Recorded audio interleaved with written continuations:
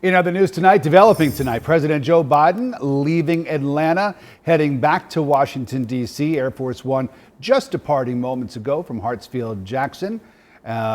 He and Vice President Kamala Harris were here in town today pushing for new federal voting rights legislation. The president wants to change Senate filibuster rules that have stalled the bills. CBS 46's Haley Mason live in Atlanta after hearing from the president and the vice president. Haley. Sean and Rick, President Joe Biden came to the campus of Morehouse College, the alma mater of Martin Luther King Jr., as well as Clark Atlanta University. And this is where we stand, listening to him give this message in the cradle of the civil rights movement to push forward voting rights legislation. President Biden, as you stated, announcing this afternoon that he will support any move that will change the Senate rules in order to prevent the minority from blocking a vote on voting legislation. And of course, he is pushing for the John Lewis Voting Rights Advancement Act to pass through Congress, as well as the Freedom to Vote Act.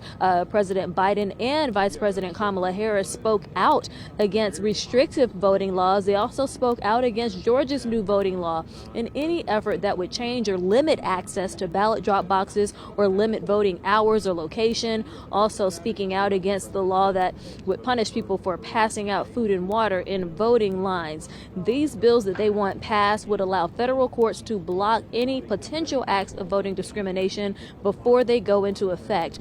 Listen to President Biden today saying he was fed up with speaking quietly behind closed doors about this. It's also time to pass the John Lewis Voting Rights Advancement Act.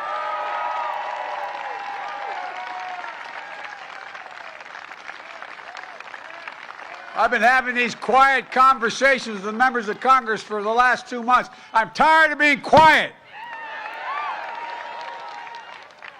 Folks, it'll restore the strength of the Voting Rights Act of '65.